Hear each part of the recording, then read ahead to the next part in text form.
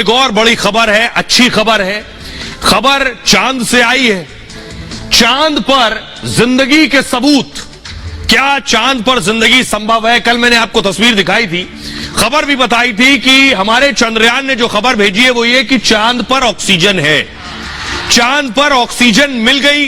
अब सभी के दिमाग में एक सवाल है कि ऑक्सीजन मिल गई तो क्या जिंदगी भी चांद पर मुमकिन है? क्योंकि जीवन जीने के लिए पहली जरूरत क्या है? वो है ऑक्सीजन। ऑक्सीजन रहेगी तो आप जिंदा रह सकते हैं। अगली तस्वीर दिखाइए। ये जो रोवर है यही चांद की सतह पर सब कुछ खोज रहा है। इसी ने ऑक्सीजन खोजी है, इसी ने 8 और चीजें खोजी हैं। अब अगली तस्वीर दिखाइए। यह है चांद की सतह। सतह देखकर आपको लगेगा इस पर कैसे जीवन संभव होगा, लेकिन जो चीजें मिल रही हैं वो ये इशारा कर रही हैं कि इस पर जीवन हो सकता है, घर बस सकता है, बस्ती बसाई जा सकती है। तो क्या चांद पर वाकई 200 साल बाद हो सकता है, 100 साल बाद क्या बस्ती बस सकती है? जो चीजें मिल रही हैं उसके बाद जरा रिपोर्ट देखिए। चंद्रयान ने चांद पर हीरा और सोना से भी बड़ा खजाना खोज निकाला है। दुनिया के बड़े बड़े देश जो नहीं कर पाए वो भारत के चंद्रयान ने कर दिखाया। चंद्रयान ने चांद पर ऑक्सीजन खोजकर जीवन के द्वार खोल दिए हैं। अब आपको बताता हूं कि आखिर मिला क्या क्या है। यह बात मैं क्यों कह रहा हूं कि चांद पर बस्ती बस सकती है या बसेगी। अब से 30 साल पहले जैसे किसी ने कल्पना नहीं की थी कि हाथ में एक मोबाइल फोन होगा और सीधे कहीं भी खड़े होकर घूमते फिरते भी बात हो पाएगी, नहीं सोचा था। बहुत सी चीजें जो आज से शायद 50 साल पहले नहीं सोची गई थी वो आज हो गई हैं। इसलिए हो सकता है 100 साल बाद, 200 साल बाद यह भी संभव हो। विज्ञान जैसे जैसे आगे बढ़ेगा कुछ भी हो सकता है, कुछ भी ना नहीं हो सकता है कि ना कहा जाए जिसे। तो चांद के दक्षिणी ध्रुव पर चंद्रयान ने बड़ी खोज की है। हो सकता है ऐसे बिल्डिंग बनने लगे जैसे ये बनकर खड़ी हो रही है। हो सकता है ऑक्सीजन है, पानी भी मिल जाए तो पेड़ पौधे भी संभव हो। पेड़ पौधे होंगे तो खेती किसानी होगी, खेती किसानी होगी तो इंसान के जाने के बाद जैसे सांस ले सकेगा वैसे खाने का इंतजाम भी हो जाएगा। रोवर जो है, जो घूम रहा है चांद पर उसे ऑक्सीजन के सबूत मिले। चांद की सतह यानी वहां की मिट्टी में ऑक्सीजन मिली है। चंद्रमा पर ऑक्सीजन होने का बड़ा मतलब निकाला जा रहा है। इस खोज के बाद दावा यह है कि चांद पर जमीन हमेशा सूखी नहीं थी, इसका मतलब नम भी थी। भविष्य में चांद की मिट्टी पर खेती भी संभव हो सकती है। कुछ भी हो सकता है, किसी चीज पर ना नहीं कहा जा सकता। यानी चांद की जमीन को उपजाऊ भी बनाया जा सकता है। यह ऑक्सीजन उस रूप में नहीं है कि सांस ली जा सके, अभी हालत यह है। चांद पर ऑक्सीजन ऑक्साइड के फॉर्म में है। अब आप कहेंगे ऑक्साइड क्या है? मतलब किसी दूसरे तत्व के साथ मिली हुई चीज है, ऑक्सीजन अणु के रूप में। पता यह किया जा रहा है क्या ऑक्सीजन पानी के फॉर्म में भी है। पानी मतलब पानी का फॉर्मूला H2O यानी हाइड्रोजन और ऑक्सीजन दोनों है। अब यह ढूंढा जा रहा है क्या पानी के फॉर्म में है। यानी प्रज्ञान रोवर अब चांद पर ऑक्सीजन की खोज में जुटा है। अगर चांद पर हाइड्रोजन ढूंढ रहा है, अगर हाइड्रोजन मिल जाती है तो यह बहुत बड़ी खोज होगी। ऑक्सीजन मिल गई, अब हाइड्रोजन ढूंढ रहा है। हाइड्रोजन ऑक्सीजन को मिलाकर पानी बनाना संभव होगा। चांद पर पानी का मतलब होगा जीवन की पूरी पूरी संभावना। इसके बाद चांद पर बस्ती बनाने की कोशिश हो सकती है। चांद पर मिला पानी मशीनों को ठंडा करने के भी काम आएगा। चंद्रमा का पानी रॉकेट के ईंधन में भी इस्तेमाल होगा। इससे होगा क्या कि मान लीजिए कोई अंतरिक्ष कार्यक्रम शुरू किया गया, चांद पर कुछ गया है, पानी मिलने के बाद चांद पर मिशन की होड़ लग जाएगी, कुछ और अंतरिक्ष प्रोग्राम जाएंगे। क्यों? क्योंकि ये जो पानी है ये इसका इस्तेमाल रॉकेट के फ्यूल के लिए भी हो सकता है और बहुत सी चीजों के लिए हो सकता है। इंजन को कूल करने के लिए, ठंडा करने के लिए भी किया जा सकता है। अब मैं बुनियादी बातें बताने जा रहा हूं जो बहुत कम लोग जानते हैं, लेकिन जानना बहुत जरूरी है। जब चांद पर चंद्रयान चला गया तो हमें यह बेसिक जानकारी होनी चाहिए। यह सूरज आप देख रहे हैं और यह पृथ्वी है। सौर मंडल का सबसे बड़ा पिंड या तारा है सूरज। यह धरती से करीब, देखिए जरा, धरती से करीब 110 गुना बड़ा है। 110 गुना बड़ा है धरती से सूरज। यकीन मानिए, मतलब 13 लाख पृथ्वी सूर्य में समा सकती है। पृथ्वी 13 लाख पृथ्वी सूर्य में समा सकती है, इतना बड़ा है। सूर्य को आग का गोला या ऊर्जा का स्रोत भी कहते हैं, क्योंकि इसका तापमान कितना है? 5000 डिग्री सेल्सियस से ज्यादा है। अब इसके आगे की कहानी देखिए। ये देख रहे हैं पृथ्वी को, जो आप देख रहे हैं ये सूर्य का चक्कर लगा रही है। ये आपके लिए ग्राफिक्स के जरिए हम दिखा रहे हैं कि ये ऐसे चक्कर लगा रही है, वरना ये अपनी धुरी पर भी घूम रही है। जब ये धुरी पर घूमती है तो ये दिन और रात होते हैं। कभी यहां दिन है तो किसी और देश में रात है, क्योंकि ये धुरी पर भी घूम रही है। और ये ऐसे घूमते हुए 365 बार घूम जाती है। ये ऐसे भी घूम रही है और ये धुरी पर भी घूम रही है। धरती जैसे सभी 9 ग्रह सूर्य के चक्कर लगा रहे हैं। धरती, जो मैंने आपको बताया, ये 365 बार ऐसे घूमती है और एक चक्कर लगाती है सूर्य का। पृथ्वी से सूर्य की दूरी 15 करोड़ किलोमीटर है और धरती गोल है और एकमात्र ग्रह है जहां जीवन है। पृथ्वी में 70% से ज्यादा हिस्सा पानी है। चंद्रमा, अब देखिए चांद आ गया, देख रहे हैं आप चांद। चंद्रमा पृथ्वी का एकमात्र प्राकृतिक उपग्रह है और करीब 27 दिन में एक चक्कर पूरा करता है। चांद भी क्रिकेट बॉल की तरह आकार में गोल है, देख रहे हैं पृथ्वी के चक्कर लगा रहा है। चांद खुद को रोशनी से नहीं चमकता है। चांद किससे चमकता है? सूरज की रोशनी चांद पर पड़ती है और जिस तरफ हमारे होता है वहां हमें चमकता हुआ नजर आता है चांद के रूप में। धरती से चंद्रमा की दूरी 3,84,000 किलोमीटर है। इसी चंद्रमा पर चंद्रयान 3 ने नई खोज में हासिल किया है बहुत कुछ। मतलब अगर भारत चांद पर जिंदगी की तलाश कर रहा है। अब आपको बताता हूं कि आखिर आज हमें क्या हासिल हुआ है। जो हासिल कल रोवर को हुआ, ये ग्राफ जो देख रहे हैं, ये ग्राफ इसरो ने जारी किया है और इस ग्राफ के जरिए ये बताने की कोशिश है कि कौन सा खनिज कितनी मात्रा में मिला है और इसके अपने आप में बहुत मायने हैं। अब आपको बताता हूं जो खनिज मिला है उसके मायने क्या है। सीधी सरल भाषा में समझिए जरा। बहुत से लोग सोच रहे हैं ये सल्फर का मतलब क्या है, आयरन का मतलब क्या है, तो क्या करें ये मिल गया है। ये देख रहे हैं, ये रोवर घूम रहा है चांद पर और इसे सल्फर मिला। ये जो सल्फर है ये हल्के पीले रंग का पदार्थ होता है।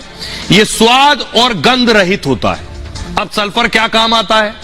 कार की बैटरी हो, तेल रिफाइनिंग में इस्तेमाल होता है इसका, बारूद कीटनाशक बनाने में इसका काम आता है, पानी की सफाई और खनिजों के खनन में इस्तेमाल होता है। मतलब चांद में आगे की खोज में ये बहुत बड़ी भूमिका निभाएगा। आगे बढ़ाते तो देखिए टाइटेनियम भी मिल गया, अब क्रोमियम भी मिल गया, एल्युमिनियम मिला है। एल्युमिनियम मतलब ये बेहद हल्की और मजबूत धातु है। बर्तन से लेकर कलपुर्जे भी इस्तेमाल होते हैं, कलपुर्जों में इस्तेमाल किया जाता है।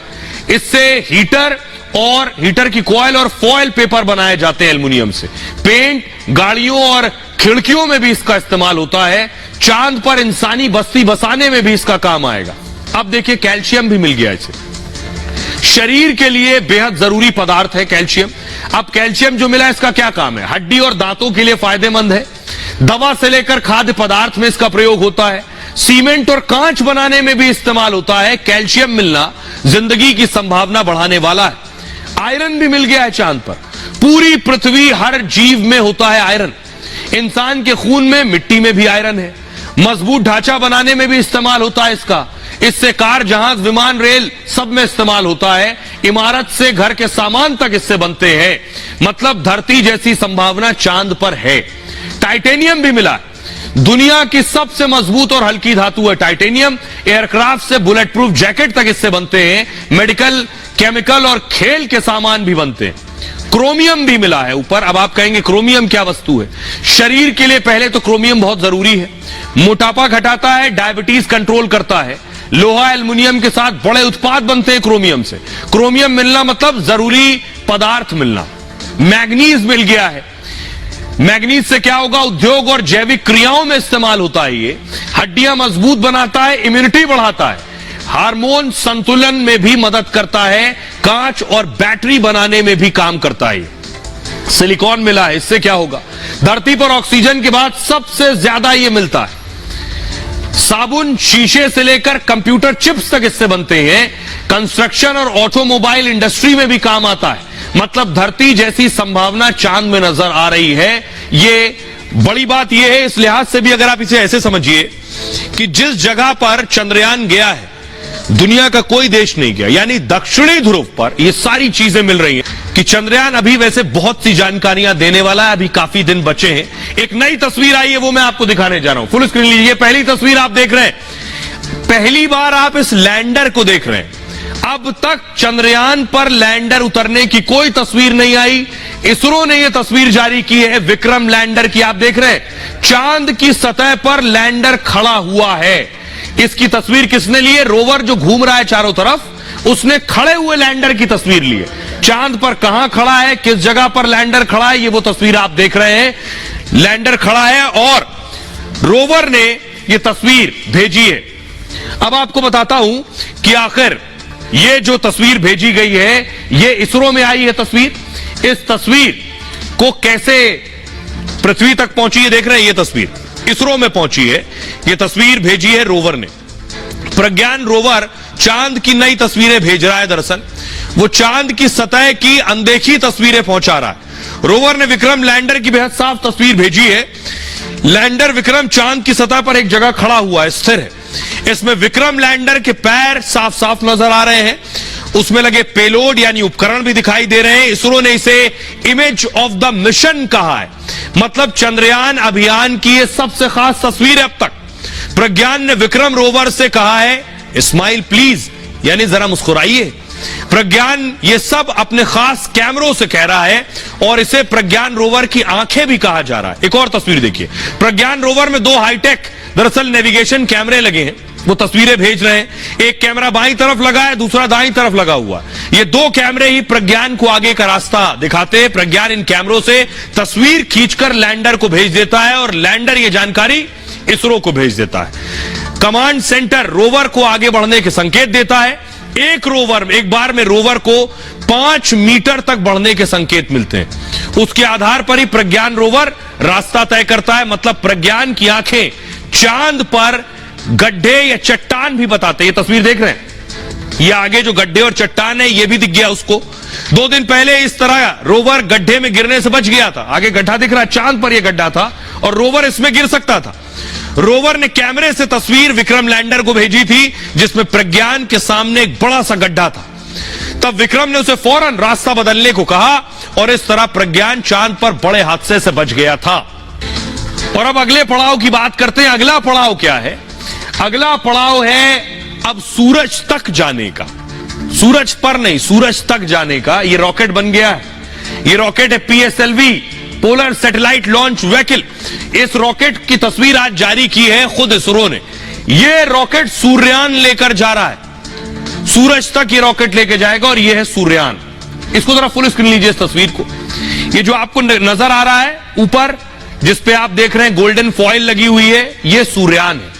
नीचे का जो हिस्सा आप देख रहे हैं, आप जब देखते हैं रॉकेट ऊपर जाता है तो रॉकेट के टॉप पर इस पूरे हिस्से को फिट कर दिया जाता है। रॉकेट देख रहे हैं आप, दोनों तरफ देखिए, उसके दोनों साइड भी आपको नजर आ रहे हैं। राइट और लेफ्ट देखिए कॉर्नर पर, ये जो 2 साइड है ये दोनों बंद हो जाएंगे। ये दोनों पल्ले बंद हो जाएंगे। ये पूरा सूर्यान इसके अंदर आ जाएगा और ये रॉकेट के ऊपर लगा दिया जाएगा। और रॉकेट के ऊपर लगाने के बाद क्या होगा कि ये जैसे ही पृथ्वी की कक्षा पार करेगा, रॉकेट के टिप आगे से अलग हो जाएगा, रॉकेट अलग हो जाएगा और इसे पृथ्वी की कक्षा पार करा देगा। इस तरीके से ये सूर्य की तरफ बढ़ेगा। ये आप देख रहे हैं, ये सूर्यान है और ये है PSLV रॉकेट। चंद्रयान की सफलता के बाद सूर्यान की बारी है। 2 सितंबर को सूर्यान लॉन्च किया जाएगा। तस्वीर आज जारी की गई है। ये सूर्यान को लेकर रॉकेट लॉन्च पैड की ओर बढ़ेगा। ये रॉकेट मतलब आदित्य L1 की लॉन्चिंग की रिहर्सल हो गई है। वैज्ञानिकों ने लॉन्च से पहले रॉकेट की जांच की है। इसे इसरो के रॉकेट PSLV C-57 से छोड़ा जाएगा। PSLV C-57 भारत का सबसे भरोसेमंद रॉकेट है। यह रॉकेट सूर्यान को धरती की कक्षा के बाहर ले जाकर छोड़ देगा। जैसे चंद्रयान को रॉकेट धरती की कक्षा के बाहर ले जाकर छोड़ दिया था, उसी तरह यह इस सूर्यान को कक्षा के बाहर जाएगा और छोड़ देगा। इसे आंध्र प्रदेश के श्रीहरिकोटा सेंटर से छोड़ा जाएगा। श्रीहरिकोटा से ही चंद्रयान 3 को लॉन्च किया गया था। 41 दिन में चंद्रयान 3,84,000 किलोमीटर की दूरी तय करके चांद तक पहुंचा। सूर्यान धरती से 15 लाख किलोमीटर जाएगा और आदित्य L1 यह दूरी 4 महीने में पूरी करेगा। यानी सूरज तक जाने में 4 महीने लगेंगे जबकि धरती से सूरज की जो दूरी है वो 15 करोड़ किलोमीटर है, ये 15 लाख किलोमीटर जाएगा। इसी जगह से मिशन में सूर्य का अध्ययन किया जाएगा। ये वो जगह है जहां गुरुत्वाकर्षण समान होगा और वहां जाकर ये रुक जाएगा। होगा क्या, गुरुत्वाकर्षण समान है धरती और सूर्य का, तो ये वहां पार्क्ड हो जाएगा जाकर। मिशन में सूर्ययान के साथ 7 पेलोड भी लगाए गए हैं। पेलोड का मतलब वैज्ञानिक उपकरण। यही उपकरण सूर्य के अध्ययन में काम आएंगे। अंतरिक्ष में आने वाली दिक्कतों पर भी अध्ययन करेंगे। मिशन सफल होने पर भारत दुनिया का तीसरा देश बनेगा जिसने अंतरिक्ष यान को धरती सूर्य के बीच स्थापित किया है।